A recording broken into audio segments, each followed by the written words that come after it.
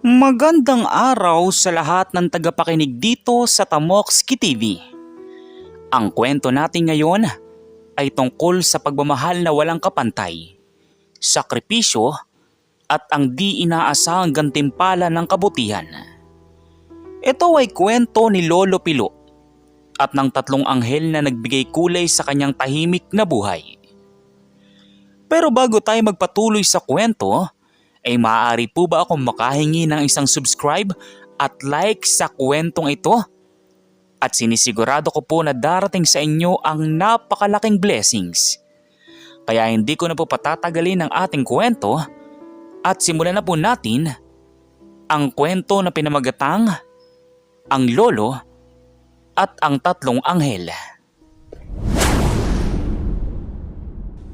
Sa isang liblib na baryo sa paanan ng bundok, kung saan ang tanging maririnig ay huni ng mga ibon at bulong ng hangin, naninirahan doon si Lolo Pilo.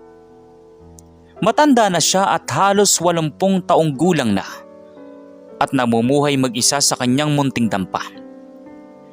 Hindi siya kailanman nagkaroon ng asawa o mga anak. Ang kanyang mga araw ay puno ng payak na gawain.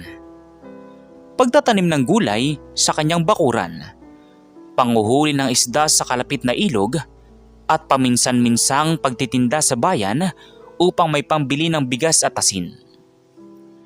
Kontento na siya sa kanyang buhay. Tanggap ang kapalaran na siya'y nag-iisa. Isang umaga, habang naglalakad si Lolo Pilo patungo sa ilog upang mangisda, napansin niya ang isang kakaibang sako sa gitna ng damuhan, malapit sa gilid ng kalsada. Hindi ito karaniwang sako na nakikita niya at may bahagyang galaw. Nag-alangan man pero nilapitan niya ito. Habang papalapit siya, nakarinig siya ng mahinang iyak. Dahil doon ay kinabahan si Lolo Pilo.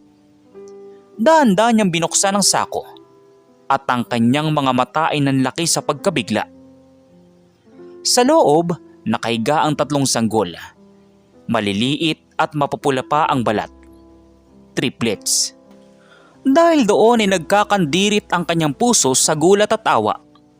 Paano napunta ang tatlong inosenteng nilalang na ito sa gitna ng damuhan? Sino ang makakagawa ng ganoong kalupitan? Dahil doon ay agad na binuhat ni Lolo Pilo ang mga sanggol. Ang mga ito ay halos hindi pa sigurado kung ilang araw na nabubuhay. Ang kanilang mga tinig, bagaman mahina, ay nagpapakita ng gutom at ginaw. Mabilis siyang umuwi sa kanyang dampa. Nanginginig ang kanyang mga kamay habang inilalatag ang mga sanggol sa kanyang kawayang higaan. Wala siyang alam sa pag-aalaga ng sanggol. Ang tanging naranasan niya ay ang sarili niyang pagkabata. Ngunit ang kurot sa kanyang dibdib ay nagtulak sa kanya upang kumilos. Nagpainit siya ng tubig. Nagganap ng malinis na tela at dahan-dahang pinunasan ng mga sanggol. Dahil wala siyang gatas, nagdesisyon si Lolo Pilo na magpuno ng kaunting bigas at asukal sa mainit na tubig. Umaasa na ito ang pansamantalang makapawi sa gutom ng mga bata. Isa-isa niya itong pinainom gamit ng isang kutsarita. Ang mga sanggol, tila alam ang kagandahang loob ng matanda, ay agad na kumalma pagkatapos makakain. Pinagmamasdan niya ang mga ito. Ang bawat isa ay may kanya-kanyang ganda. Isang babae at 2 lalaki. Nagpasya si Lolo Pilo na pangalanan ng babae na Apo dahil sa kanyang pagiging apo sa kanyang paningin. At ang 2 lalaki ay Bato at Daan bilang pag-asa na maging matatag at maging gabay sa kanilang buhay. Simula noon, nagbago ang mundo ni Lolo Pilo. Ang kanyang tahimik na buhay ay napuno ng ingay, tawanan at minsan ay iyakan. Ang kanyang dampa na dati malungkot ay nabuhay dahil sa presensya ng 3 bata. Ang kanyang pagtulog ay madalas na napuputol ng iyak ng mga sanggol. Ngunit bawat paggising ay puno ng pagmamahal. Naging ama at ina siya sa kanila. itinuro ang lahat ng kanyang nalalaman.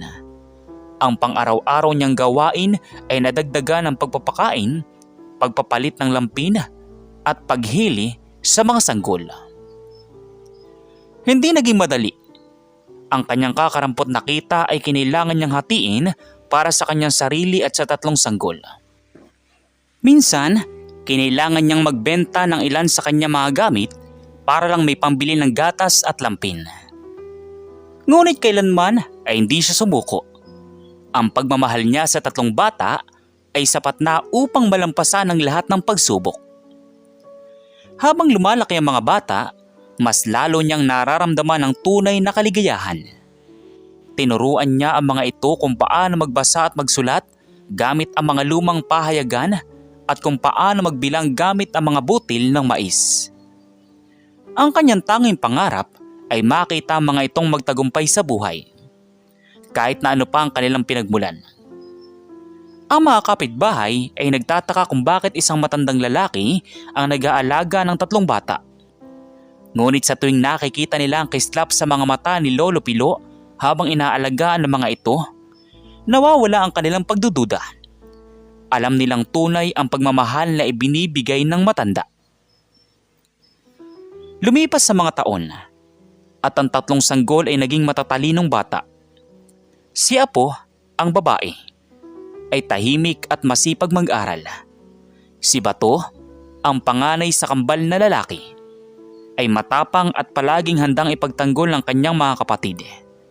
Si Daan, ang bunso, ay malikot at puno ng kuryosidad. Ang kanilang mga ngiti at tawanan ang nagsilbing musika sa bahay ni Lolo Pilo. Pinangarap ni Lolo Pilo na makapag-aral ang mga bata sa formal na eskwelahan. Alam niyang ito ang susi para sa mas magandang kinabukasan. Sa kabila ng kanyang edad at kakulangan sa pinansyal, nagdesisyon siyang ipasok ang mga ito sa pinakamalapit na paaralan sa bayan. Naging dublado ang kanyang pagod. Mas maaga siyang gumigising upang magtrabaho sa bukid at mangisda, at mas matagal siyang nagtitinda sa palengke. Ang bawat sentimong kinita niya ay inilalaan niya sa pag-aaral ng mga bata. Apo, Bato, Daan, pagbutihin niyo ang inyong pag-aaral ha. Ito lang ang kayamanan na maiiwan ko sa inyo. Opo Lolo, gagawin po namin ang lahat para mapasaya kayo. Wika ni Apo. Sa kanilang pagpasok sa paaralan, kinailangan nilang harapin ang mga pangungutya mula sa ibang mga bata. Tinukso sila dahil sa kanilang simpleng pananamit at dahil sa pagiging anak ng isang matanda.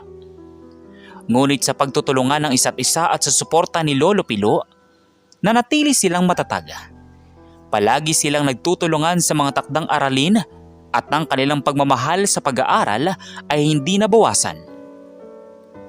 Si Lolo Pilo, sa kabila ng hirap, ay hindi kailanman nawalan ng pag-asa. Sa tuwing nakikita niya ang kanilang mga report card na puno ng matataas na marka, nawawala ang lahat ng kanyang pagod. Ipinagmamalaki niya ang kanyang mga apo sa lahat ng kanyang nakakausap. Ang pagiging honor students ng triplets ay naging inspirasyon sa buong baryo. Dumating ang panahon ng kolehiyo. Ito ang pinakamalaking pagsubok para kay Lolo Pilo. Ang gastos ay malaki at ang kanyang katawan ay humihina na. Ngunit ang 3 bata ay determinado ring magpatuloy sa pag-aaral. Nagdesisyon silang magtrabahong part-time job habang nag-aaral upang makatulong din kay Lolo Pilo. Lolo, kami na po ang bahala. Kaya namin pagsabayin ng pag-aaral at pagtatrabaho, sabi ni Bato. Oo nga po Lolo, gusto namin kayong ipagmalaki, sabi naman ni Daan. Nagtrabaho si Apo sa isang coffee shop. Si Bato ay nagbantay sa isang tindahan at si Daan ay naging delivery boy. Sa bawat gabi, pagkatapos ng kanilang mga trabaho at pag-aaral, umuwi sila sa kanilang dampa na pagod ngunit masaya. Nagtutulungan silang magluto, maglinis at mag-aral. Ang kanilang pamilya, bagaman hindi tradisyonal, ay puno ng pagmamahalan at pagtutulungan. Sa kabila ng kanilang mga obligasyon, hindi nila kinalimutan ang kanilang mga tungkulin bilang mag-aaral. Nanatili silang top students sa kanilang mga kurso. Si Apo ay kumuha ng kursong education, si Bato ay engineering, at si Daan ay business administration. Ang kanilang dedikasyon ay nakakuha ng atensyon mula sa kanilang mga propesor at mga kaibigan. Pagkaraan ng 4 na taon, dumating ang pinakahihintay na araw, ang kanilang pagtatapos. Nakasuot ng toga at sablay, naglakad ang 3 bata sa entablado upang tanggapin ang kanilang mga diploma. Nakaupo sa unahan si Lolo Pilo, umiiyak sa tuwa at pagmamalaki. Ito ang bunga ng kanyang sakripisyo at kanyang pagmamahal na walang hanggan. Ang kanyang mga apo ay nagtapos na at tanda na silang harapin ng hamon ng mundo. Samantala, pagkatapos ng pagtatapos, hindi nag-aksaya ng panahon ng triplets. Agad silang naganap ng trabaho. Dahil sa kanilang galing at dedikasyon, madali silang nakahanap ng magagandang oportunidad. Si Apo ay naging isang guro sa isang prestiyosong paaralan. Si Bato ay naging isang inhinyero sa isang malaking kumpanya ng konstruksyon. Si Daan naman ay pumasok sa isang multinational company at mabilis na umangat ang posisyon. Ang kanilang mga sahod ay malaki at ang una nilang ginawa ay pinagawa ang bahay ni Lolo Pilo. Mula sa isang simpleng dampa, ito ay naging isang moderno at komportabling tahanan. Binili rin nila si Lolo Pilo ng mga bagong damit, gamot at anumang bagay na kanyang kailangan. Ngunit ang pinakamahalaga para kay Lolo Pilo ay ang pagmamahal at paggalang na patuloy na ibinibigay ng triplets. Salamat mga apo ko. Hindi ko akalain na darating pang ganito sa buhay ko.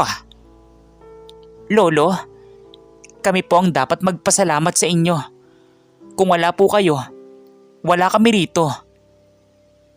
Hindi lang ang bahay ang binago nila. Tinulungan din nila ang kanilang komunidad. Nagpatayo sila ng maliit na library sa baryo. Nagbigay ng mga scholarship sa mga mahihirap na estudyante at nagtayo ng health center. Naging simbolo sila ng pag-asa at inspirasyon sa kanilang mga kababayan. Sa kanilang mga trabaho, patuloy silang nagpakita ng kausayan. Si Apo ay naging head ng English department sa kanyang paaralan. Si Bato ay naging project manager sa mga malalaking proyekto ng construction. Si Daan naman ay umabot sa posisyon ng CEO sa kumpanyang kanyang pinagtatrabahuhan. Ang kanilang mga pangalan ay kinikilala sa kani-kanilang larangan. Sa kabila ng kanilang mga tagumpay, hindi nila kinalimutan ang kanilang pinagmulan. Sa bawat tagumpay, palagi nilang binabanggit si Lolo Pilo, ang matandang nagbigay sa kanila ng pangalawang pagkakataon sa buhay. Ang kanilang kwento ay naging inspirasyon sa marami at ang kanilang pagmamahal sa kanilang ama ay naging halimbawa. 5 taon pagkatapos ng kanilang pagtatapos, ang triplets ay naging matatag na sa kanilang mga karera. Sila ay mayroong sariling mga sasakyan, malalaking bahay, at ang kanilang mga pangalan ay kabilang sa mga matatagumpay na tao sa bansa. Si Lolo Pilo, bagaman matanda na, ay masigla at masaya. Ang kanyang mga araw ay puno ng pagmamalaki at pasasalamat. Isang araw, habang nagpapahinga si Lolo Pilo sa kanyang balkonahe, biglang may narinig siyang ingay mula sa labas. Maraming sasakyan ang huminto sa tapat ng kanyang bahay. Nagtataka siya kung sino ang mga ito. Habang papalabas siya, nakita niya ang isang grupo ng mga tao na bumababa mula sa mga sasakyan. Lahat sila ay nakasuot ng uniforme ng sundalo. Dahil doon ay kinabahan si Lolo Pilo. Ano ang ginagawa ng mga sundalo rito? May nagawa ba siyang mali? Ngunit habang papalapit ang grupo, napansin niya ang 3 pamilyar na mukha sa gitna nila. Lumabas si Lolo Pilo sa kanyang bahay. Ang puso niya ay kumakabog sa pagtataka. Ang mga sundalo ay nakahanay sa labas ng kanyang gate at sa gitna nila, nakita niya ang triplets. Sina Apo, Bato at Daan. Ngunit hindi lang sila ang kasama. May kasama silang 3 magagarang sasakyan at ang kanilang mga mukha ay seryoso. Mga apo ko, anong nangyayari rito? Bakit may mga sundalo kayo? Ngumiti si Apo kay Lolo Pilo. Isang ngiting puno ng pagmamahal at lungkot. Lolo, may gusto po kaming sabihin sa inyo. Ito na po ang tamang panahon. Lumapit si Bato kay Lolo Pilo at tinawakan ng kanyang mga kamay. Lolo, hindi po kami basta-basta naiwan sa damuhan noon. Nagulat si Lolo Pilo sa sinabi ni Bato. Tinitigan niya ang triplets at nakita niya ang malalim na kwento sa kanilang mga mata. Lolo, ang totoo po, ang aming ama ay isang general sa militar at ang aming ina ay isang doktor. Silang dalawa po ay nasa isang sikretong misyon noon. Nagulat si Lolo Pilo. Isang general at isang doktor. Hindi siya makapaniwala. Nang ipanganak po kami, may banta sa buhay namin. May mga taong gustong kunin kami para gamitin laban sa aming ama. Kaya po, sa desisyon ng aming mga magulang at ng kanyang pinagkakatiwalaang tauhan, iniwan po kami sa lugar na sa tingin nila ay ligtas. At iyon po ang damuhan kung saan nyo kami nakita. Unti-unting nagkakaintindihan si Lolo Pilo. Ang mga sundalong ito ay hindi nagpapataw ng parusa, kundi nagbibigay ng proteksyon. Ang mga sundalo po na ito ay ang mga kasama ng aming ama noon. Sila po ang naghahanap sa amin sa loob ng maraming taon. At dahil sa aming mga pangalan sa mundo ng negosyo at propesyon, natagpuan po nila kami. Lumapit ang isang sundalo kay Lolo Pilo at yumukod. Maraming salamat po, Ginoo. Maraming salamat po sa pagliligtas at pag-aalaga sa mga anak ng aming general. Ang aming general at ang kanyang asawa ay lubos na nagpapasalamat sa inyo. Hindi po namin alam kung paano kami magbabayad sa kabutihan ninyo. Napaluwa si Lolo Pilo. Hindi niya inaasahan ng ganitong twist sa kanyang buhay. Ang mga batang inalagaan niya ay may marangal na pinagmulan pala. Lolo, ang totoo po, ang aming ama at ina ay patuloy na naghahanap sa amin sa loob ng maraming taon. Wala po silang ibang inisip kundi mahanap kami. Noong nalaman po nila na kami natagpuan na, agad po silang umuwi mula sa kanilang misyon. Pinadala po muna nila ang kanilang mga tauhan upang kumpirmahin na kami nga po ang kanilang mga anak at upang kunin kami. Tiningnan ni Lolo Pilo ang mga mukha ng triplets at nakita niya ang bahid ng lungkot at kaba sa kanilang mga mata. Kung gayon, aalis na kayo. Babalik na kayo sa inyong mga tunay na magulang. Niyakap ni Apo si Lolo Pilo at doon na siya tuluyang napaiyak. Hindi po kami aalis na hindi kayo kasama, Lolo. Hindi po namin kayo iiwan. Kayo po ang nagpalaki sa amin. Kayo po ang tunay naming ama. Nakiusap po kami sa aming mga magulang na isama kayo. Gusto po nilang makilala kayo at lubos na nagpapasalamat sa lahat ng inyong ginawa para sa amin. Sa mga sandaling iyon, naramdaman ni Lolo Pilo ang isang bagay na hindi niya naramdaman kailanman. Ang pagiging isang ama na may mga anak na nagmamahal at nagpapahalaga sa kanya. Ang lahat ng kanyang sakripisyo, pagod at hirap ay nagkaroon ng katuturan. Gusto po ng aming mga magulang na samahan ninyo kami. Sa palasyo po sila nakatira, Lolo. Gusto po nilang maging bahagi kayo ng aming buhay. Hindi makapagsalita si Lolo Pilo. Napakaraming impormasyon ang kanyang naririnig. Mula sa pagiging simpleng matanda na nag-iisa. Ngayon, ay may pamilya na siya. At ang pamilyang iyon ay hindi lang ordinaryo. May mensahe po pala sila sa inyo, Lolo. Sabi po nila, humingi po sila ng paumanin sa lahat ng nangyari at gusto po nilang makita kayo, yakapin at pasalamatan ng personal. Sa gitna ng mga sundalo at magagarang sasakyan, isang payak na matanda ang nakatayo. Ang mga luha ay patuloy na umaagos sa kanyang pisngi. Ang mga luha ng kaligayahan, pagtataka at pagmamahal. Ang kanyang buhay na inakala niyang magtatapos sa pag-iisa ay nabigyan ng isang bagong kabanata. Ang triplets na dating walang-wala, ngayon ay mayaman at matagumpay. At ang pinakamahalaga, hindi nila nakalimutan ang taong nagbigay sa kanila ng pag-asa. Niyakap ni Lolo Pilo ang triplets ng mahigpit. Ito ang pinakamasayang araw sa kanyang buhay. Sa wakas, naramdaman niya ang init ng isang tunay na pamilya. Sumakay sila sa isa sa mga magagarang sasakyan, kasama ang mga sundalo at nagtungo sa isang lugar na hindi niya kailanman inakalang pupuntahan niya. Pagdating nila sa isang malaking mansyon, sinalubong sila ng isang babae at lalaki na may marangal na tindig. Sila ang mga magulang ng triplets, ang general at ang doktor.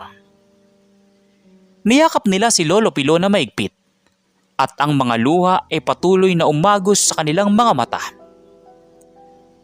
Maraming salamat po, Ginoo. Wala po kaming sapat na salita para ipahayag ang aming pasasalamat. Ang buhay po ng aming mga anak ay inyo pong nailigtas at pinalaki ng may pagmamahal, sabi ng general, ama ng triplets. Kahit kailan po, hindi po namin kayo malilimutan. Kayo po ang bayani ng aming pamilya, sabi naman ng doktor, ang ina ng triplets. Hindi nagtagal, naging bahagi na si Lolo Pilo ng kanilang pamilya. Iginagalang siya ng general at ng doktor at patuloy na minamahal ng triplets. Ang kanyang dating dampa ay ginawa nilang isang historical site, isang simbolo ng pagmamahal at sakripisyo.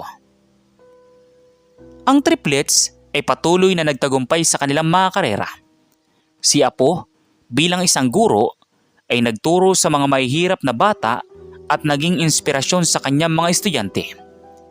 Si Bato, bilang isang inhinyero, ay nagtayo ng mga infrastruktura na nakatulong sa libu-libong tao.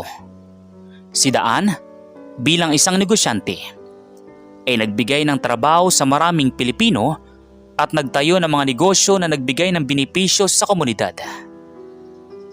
Sa bawat tagumpay ng triplets, naroon si Lolo Pilo. Ang kanyang puso ay puno ng pagmamalaki. Hindi lang siya isang lolo, kundi isang ama na nagbigay ng buhay sa 3 bata na dating inakala niyang simpleng naiwan lang sa damuhan. Ang kanyang kwento ay naging inspirasyon sa marami. Patunay na ang pagmamahal ay walang hanggan at ang kabutihan ay palaging nagbubunga ng biyaya. Ang mga dating inosenteng sanggol sa damuhan ay ngayon ay mga matatagumpay na individual. At ang matandang walang asawa na nag-alaga sa kanila ay naging isang mahalagang bahagi ng isang marangal na pamilya. Ang bawat gabi, bago matulog si Lolo Pilo, nagdarasal siya at nagpapasalamat sa Diyos sa lahat ng biyaya na kanyang natanggap. Ang kanyang buhay ay naging isang patunay na sa bawat pagsubok, mayroong palaging pag-asa. At sa bawat kabutihan, mayroong gantimpala. Ang kwento ni Lolo Pilo at ng triplets ay patuloy na ikinukwento. Isang paalala sa lahat na ang pagmamahal ang pinakamakapangyarihang puwersa sa mundo.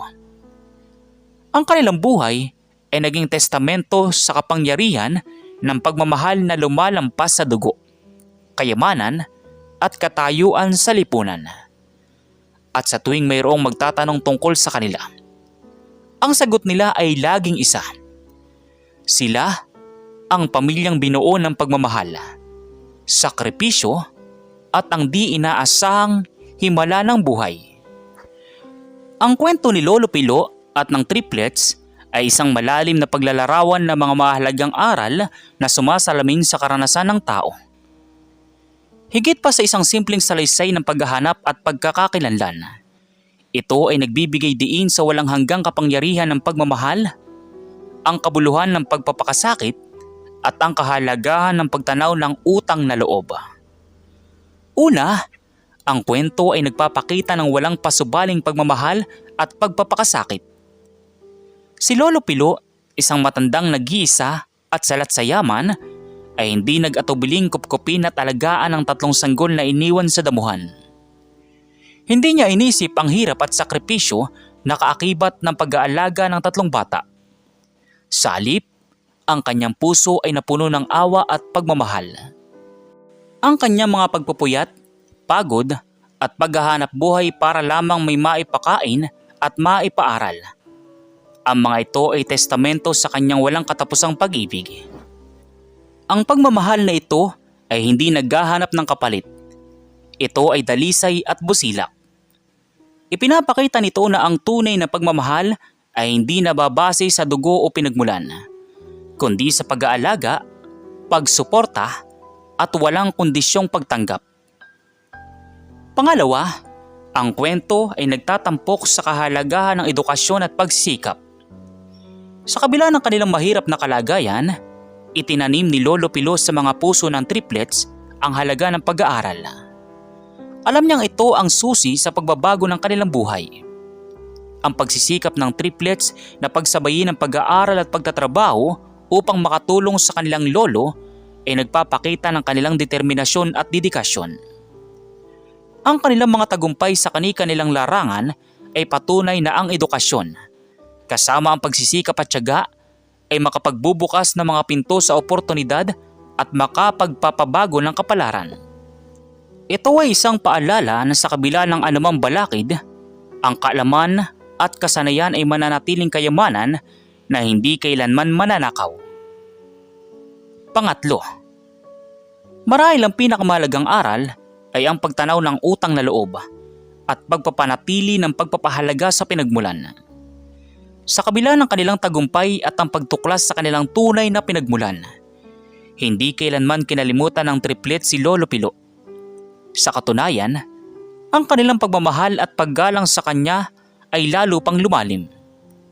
Pinatunayan nila na ang pagyaman at pagiging matagumpay ay hindi dapat maging dahilan upang talikuran ng mga taong nagmahal at nagsakripisyo para sa atin. Ang kanilang desisyon na isama si Lolo Pilo sa kanilang bagong buhay at ipakilala siya sa kanilang biological na mga magulang ay isang patunay na pahayag ng kanilang pagkilala sa kanyang pagmamahal at sakripisyo. Ito ay nagtuturo sa atin na gaano man tayo kalayo marating sa buhay, mahalaga na laging tandaan ang ating pinagmulan at ang mga taong naging sandalan natin sa ating paglalakbay. Sa uli, ang kwento ni Lolo Pilo at ng triplets ay isang matamis na paalala na ang tunay na kayamanan ay hindi nasusukat sa material na bagay, kundi sa yaman ng puso at sa lalim ng mga relasyon. Ito ay isang inspirasyon ng kabutihan ay palaging nagbubunga ng biyaya, at ang pagmamahal, kapag ibinigay ng buo, ay may kakayahang bumago ng buhay at lumika ng mga himala. Ang kwento ay nagpapaiwatig din na ang pamilya ay hindi lamang batay sa dugo, kundi sa pagmamahal, pagsuporta at pagkakaisa. At dito na po nagtatapos ang ating kwento para sa araw na ito. Sana po ay naantig at naging inspirasyon kayo sa kwento ni Lolo Pilo at ng triplets. Maraming salamat po sa pakikinig at sana po ay patuloy kayong sumuporta sa Tamokski TV. Hanggang sa susunod nating kwento. So once again, inuulit ko pong muli.